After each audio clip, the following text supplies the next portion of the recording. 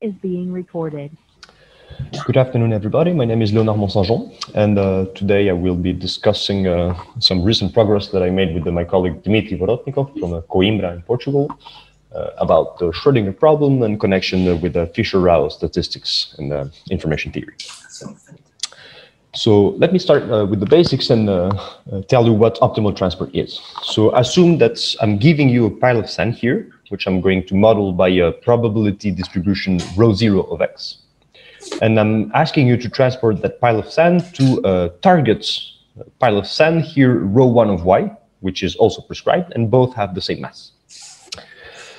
So how do you make this more solid in terms of mathematical rigor? There's a few possible ways, but one of them is the so-called Benhamou-Brognier formulation of optimal transport, which is as follows.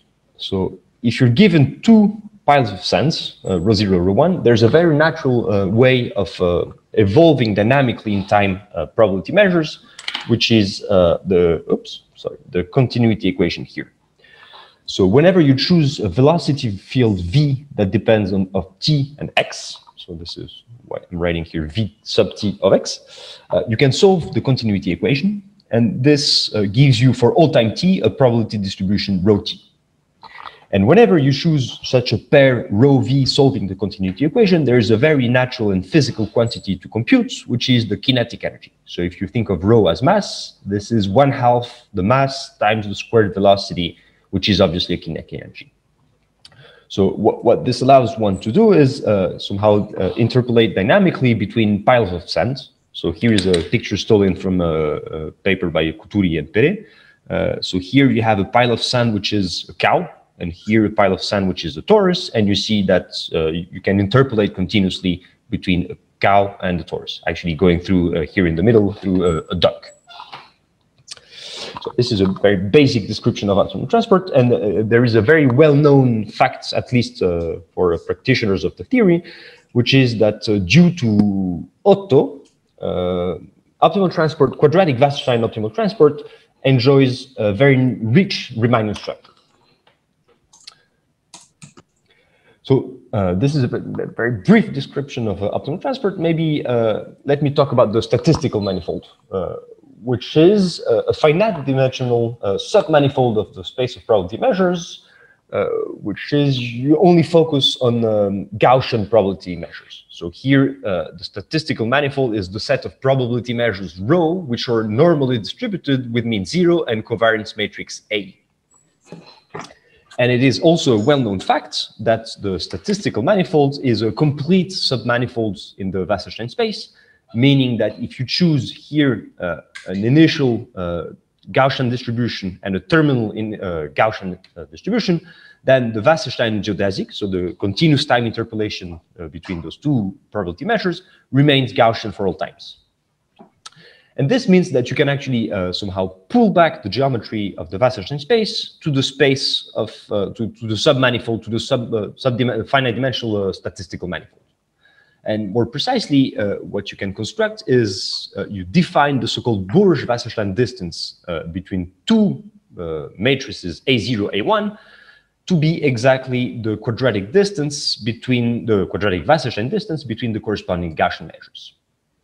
And if you want to express this more explicitly, here is the formula. So you look at all possible evolutions of positive semi-definite matrices A, which are the covariance matrices, as dA dt equals AU symmetric part for some U. So U is the control parameter. You're allowed to choose U so as to drive your curve of covariance matrices A to start from A0 and then up at A1.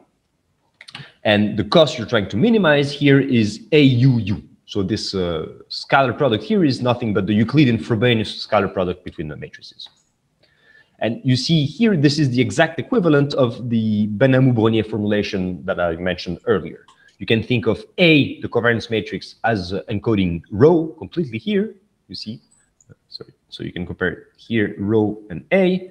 And on the other hand, you can compare the U and the V, which are both your control parameters. So the functionals to minimize are quadratic in the control parameters, right? It's quadratic in U here and quadratic in V here, and linear in the primal variable, which is rho and a. And this means more specifically that you can pull back, in terms of Riemannian geometry, you can pull back the Riemannian matrix on the Wasserstein space to the statistical manifold. Okay, what about the Fisher-Rao space? Because the Fisher-Rao space is another very popular distance, metric structure on the space of probability measures, and more specifically, it's popular in information theory and statistics. So if you choose a Euclidean domain D in Rn, the Fisher-Rao distance between two probability measures, ρ0, ρ1 over the domain D, is the Riemannian distance induced by the Fisher information matrix. More precisely, this is exactly the definition. So instead of using now continuity equation, you look at ODEs, dt rho equals rho u, where u is your control parameter, and you're trying to choose u so as to drive again rho from ρ0 to ρ1, which are given to you, so as to minimize a dynamical cost, which is again rho u squared, so some other kind of kinetic energy. The connection with the Fisher information can be realized once you realize that u, the control parameter, is the logarithm derivative of rho. But comparing this formula with my previous definition of the Borge-Wasserstein distance, you see a very clear analogy, right? The ODEs are linear. There's ODEs, so dt rho equals rho u in the Wasserstein setting, dta equals au in the Borge-Wasserstein setting, and the cost is essentially the same. So what this means is that the Fisher-Rao distance resembles a pointwise Borge distance in each of the fibers. And by that, I mean that, what do I mean by a fiber? You'll notice here that in the Borge-Wasserstein setting, there's no x variable, there's no space coordinate here. Whereas here, x does appear, and x varies in your Euclidean domain D, right? However, the geometric setting is not so completely trivial, meaning that the fibers are all coupled to each other through the mass constraints, that the rows here should be probability measures, which means that rho has to integrate in the x coordinates to 1, to be a total probability measure. So all the fibers are coupled through the mass constraints. And this is a very well-known distance. The Fisher-Rao distance is yet another well-known distance over probability measures. However, you'll notice that in this setting, what I just defined to be the Fisher-Rao distance is the distance between scalar commutative probability measures. And of course, if one has a quantum theory in mind, or statistical mechanics, or for that matter, free probability theory or C-star algebra or non-commutative operator algebras, mathematically speaking, of course, you want to go to higher dimensional non-commutative spaces. And this means that one should try to develop an optimal transport theory for matrix-valued objects, whether it be finite dimensional or infinite dimensional matrices, that's not the point, but matrix-valued objects. And this has been achieved by several authors. So maybe the earliest one that I know of is Maas and Karlen in 2014. And this is still a very active field, as you can see here from the references. I just include a few ones. Let me just point out that Dmitry, my co-author on this paper today for GSI, is one of the players in this game. So this is just a motivation to introduce the non-commutative Fisher-Rao space. So the non-commutative Fisher-Rao space, which I'm going to denote by this P calligraphic P double bar of a domain, a Euclidean domain D, is the set of positive semi-definite valued probabilities. And more precisely, this is the set of matrix valued measures. So M calligraphic here stands for measures over the domain D with values in the set of positive semi-definite matrices, such that the total mass is 1, and the total mass for a matrix is its trace integrated over the whole domain.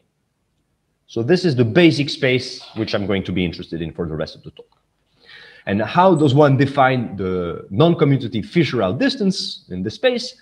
Well, you just generalize the previous scalar definition in a very natural manner, which is, so you look at the same ODE. So you look at all possible controls U. So U is now a matrix field, solving dTA equals AU symmetric part. And again, you minimize the same cost. So quadratic in U and linear in A. And this gives very naturally, well, actually, this inherits from the previous setting, this inherits a natural Riemannian matrix on this non-commutative Fisher-Rao space. So let me maybe depart for a while from these considerations and maybe now talk briefly about the Schrödinger problem, which goes back to 1930 and 31 in a series of 2 papers by Schrödinger himself. And this is very famous, actually. So this is the so-called lazy gas experiment. So assume I'm giving you a collection of particles which are all evolving according to Brownian motions and all independent of each other. So if I give you the statistical distribution ρ0 of the system at time 0, what you should expect to see at time 1 is just the solution of the heat flow at time 1 started from ρ0. However, if for some reason I'm giving you the extra information that at time 1 you observe another distribution ρ1, which is part of the data of the problem, the question that Schrödinger raises is, what is the most likely evolution of the system in between those 2 times, 0 and 1, given the observation of their statistical distributions at those times? And mathematically speaking, this means that you're trying to construct or to find a path measure, P, that is going to describe the evolution of all the particles in your system by minimization, minimization of what? Of the Kullback-Leibler divergence of your path measure P. Here, P is the primal unknown with respect to R epsilon, which is the Wiener measure, the Wiener measure at temperature epsilon. So variance F epsilon, if you like. Given the constraint that the statistical distribution of your path measure should match with the data. So here, ρ0 and ρ1 at time 0 and 1. So this is the original formulation of the Schrödinger problem. And what you can show is that, well, essentially by standard probability theory, a path measure P is completely determined by the choice of a drift V in the stochastic differential equation, the stochastic differential equation dx equals V dt plus epsilon times the Brownian motion.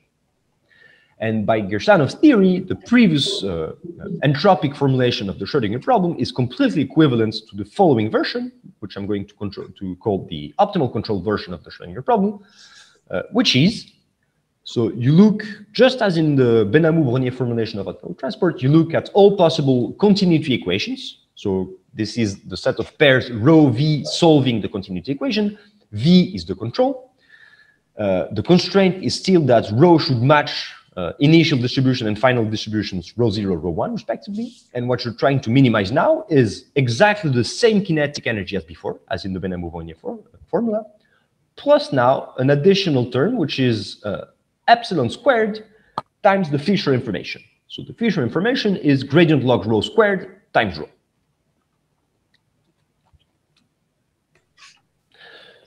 And one can think of the Schrödinger problem at temperature epsilon as an epsilon noisy version of the deterministic optimal transport problem. People often say that the Schrödinger problem is an entropic regularization of optimal transport. And this has been popularized recently by Couturi and Perret, who wrote actually a whole book about the subject. But the natural question to ask is, what happens when epsilon goes to 0 in the small temperature limits? And this is well known.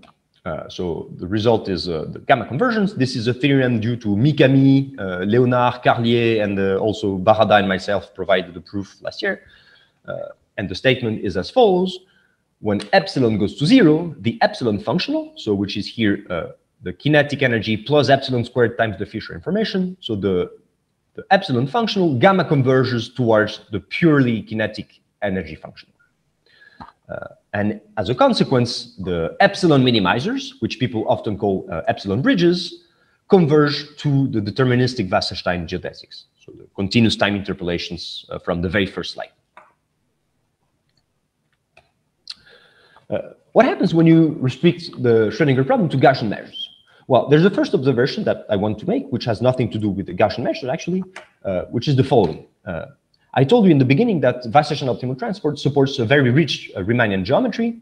And if you exploit this Riemannian geometry, you can reinterpret the Fisher information functional as the squared gradient with respect to the Wasserstein geometry of the entropy, the Boltzmann-Gibbs-Shannon entropy, H equals rho log rho. Which means that the optimal control formulation of the Schrödinger problem also reads minimizing a purely kinetic energy, which is you can view this as the Wasserstein speed of your curve, plus epsilon squared times the gradient of your entropy squared.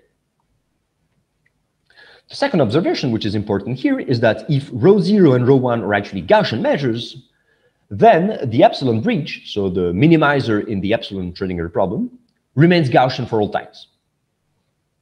And those two information together tell you one very interesting thing, which is that the Schrödinger problem is compatible with the Burj-Wasserstein geometry and the statistical manifold. And this is for scalar probability measures. So of course, the next question is, can you make sense of this for matrix valued probability measures? But in order to do that, I need to tell you first what is the entropy on the non-commutative Fisher-Rao space. And if you take for granted that the motivation, the final goal is to do quantum statistical mechanics, there's one canonical entropy that people use in quantum statistical mechanics, which is the von Neumann entropy. So S of A is you sum over all eigenvalues lambda of A, you sum lambda log lambda. However, and unfortunately, this particular von Neumann entropy is not compatible with our ambient Fisher-Rao geometry in the sense that it is not convex. So instead, what we are going to do is use our point of view, which is that the whole theory was based upon a Gaussian optimal transport. And if you recall that, there is a very natural entropy function to look at, which is if you take rho A, a Gaussian measure with a covariance A, you can compute the relative Kullback-Leibler information of rho A relatively to the standard normal distribution rho I. And there's an explicit formula for that. You can compute explicitly this quantity, and this is the result. So I'm going to denote E of A, this function. And this is a good choice. I claim that this is a good choice of the entropy on the Fisher-Rao space, on the non-commutative Fisher-Rao space. And so how do you generalize to matrix fields?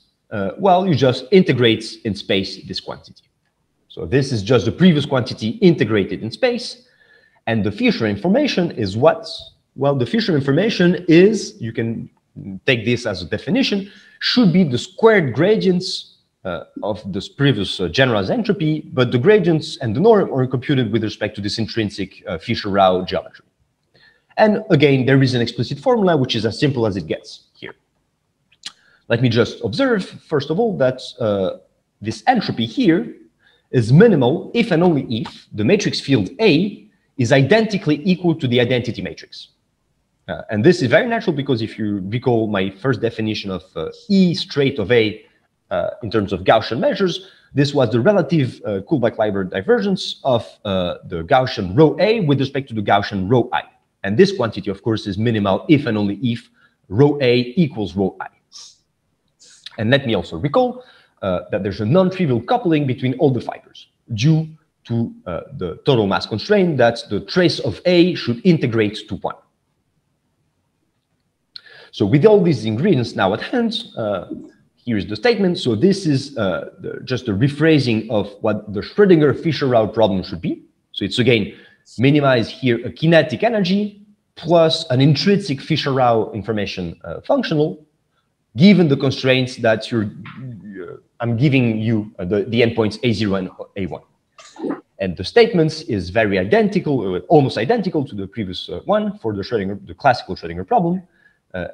Which is again phrased in terms of gamma conversions. So the epsilon functional here, gamma converges towards the limiting kinetic functional, which means again that the epsilon Schrödinger Fisher-Rao problem is a good entropic approximation of deterministic non-commutative Fisher-Rao setups.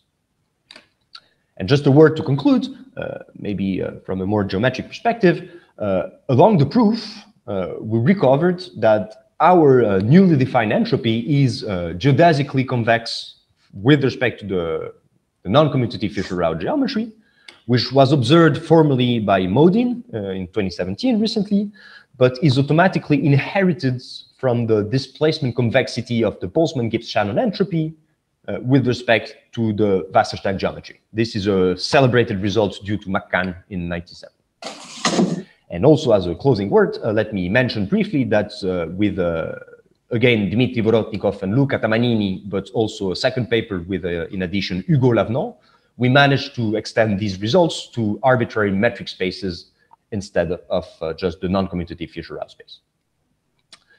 So I think this is all, and I thank you for your attention.